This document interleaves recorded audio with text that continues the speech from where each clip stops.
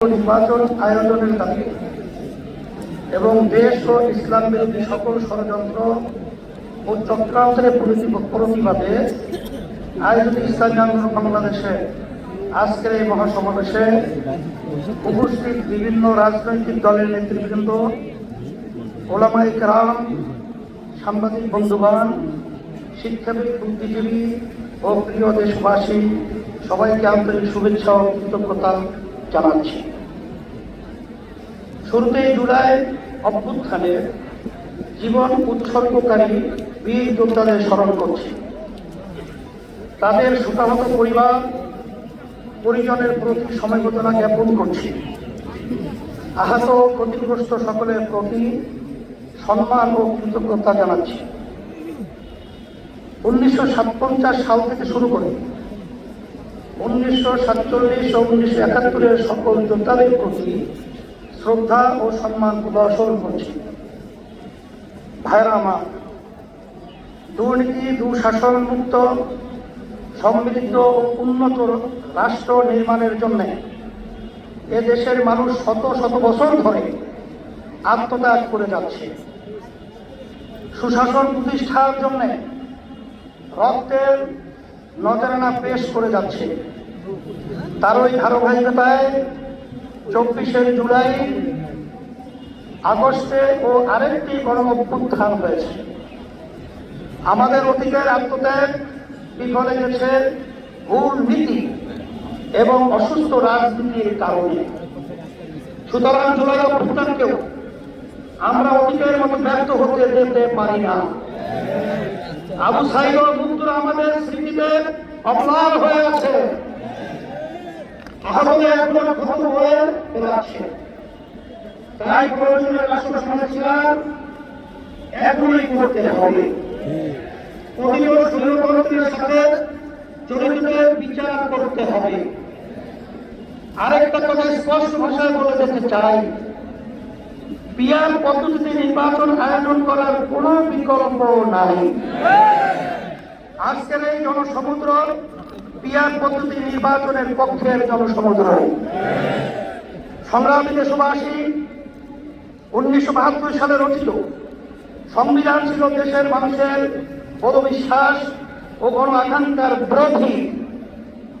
সেই সংবিধান রচয়িতাদের স্বাধীন বাংলাদেশের সংবিধান রচনা করার ম্যান্ডেটই ছিল না। তারা ইংরেজের সংবিধান অনুসরণ করেছিলেন,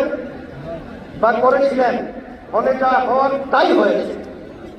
কোনো ক্ষেত্রেই কাঙ্ক্ষিত সমৃদ্ধ ও উন্নতি হয় নাই।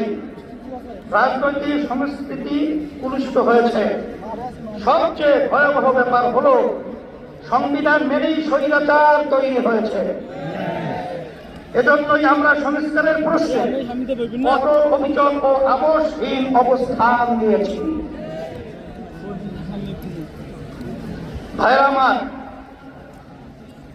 জুলাই অভ্যুত্থানের প্রধান লক্ষ্য ছিল দেশকে স্বৈরাচারের হাত থেকে রক্ষা করা, 54 বছরের জমা হওয়া জঞ্জাল দূর করা। অভ্যুত্থানের পরে সংস্কার কমিশন গঠন করা হয়েছে। আমরা মতামত দিয়েছি। সংস্কার নিয়ে দ্বিতীয় দফা আলোচনা চলছে। আমরা লক্ষ্য করছি মৌলিক সংস্কারে কেউ বই করছে। এটা জুলাইয়ের সাথে বিশ্বাসঘাতকতা। স্বৈরাচার তৈরির রাস্তা খোলা রাখা যাবে না।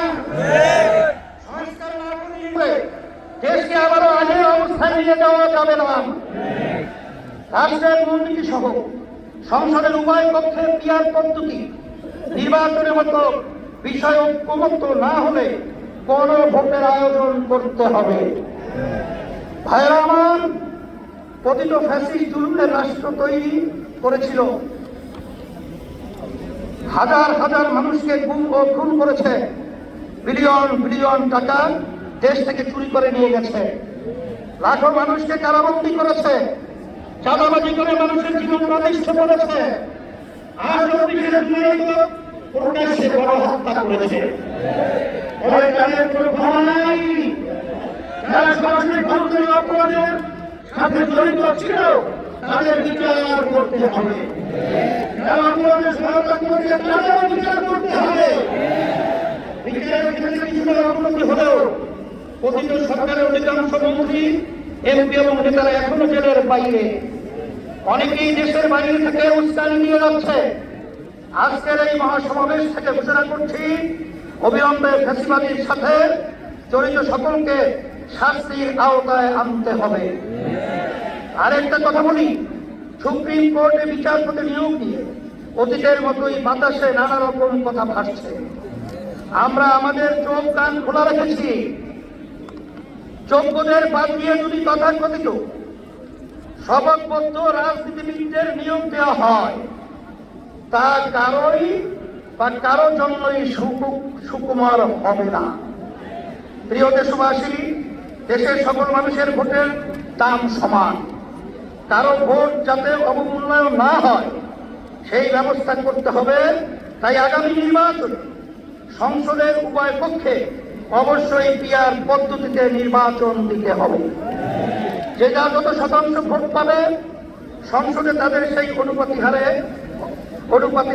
আসন থাকবে। এই পদ্ধতিতে রাষ্ট্র পরিচালনায় সকলের মতের প্রতিফলন ঘটবে। কোন দল জালেম হওয়ার সুযোগ পাবে না। এটা জিনজির দাবি, এটা এখন জনগণের দাবি, দেশের অধিকাংশ রাজনৈতিক দলের দাবি, সকল ধর্মের মানুষের দাবি। আজকের এই মঞ্চ এটা আবারও প্রমাণ করেছে। ভাইরা আমার, আমরা বারবার রক্ত দিয়েছি কিন্তু সফলতা পাই নাই, কারণ আমরা প্রতিবারের নেতা ও নীতি বাছাই করতে ভুল করেছি। আমরা 54 বছরে অনেক দলকে দেশ শাসন করতে দেখেছি, কিন্তু ইসলামকে এখনো ক্ষমতায় নিতে পারি নাই। এবার ইসলাম পন্থীদের ঐক্যের ব্যাপারে বড় প্রত্যাশা তৈরি হয়েছে। আমি শুরু থেকে ইসলামপন্থী সকল ভোট 100% আনার কথা বলে আছি।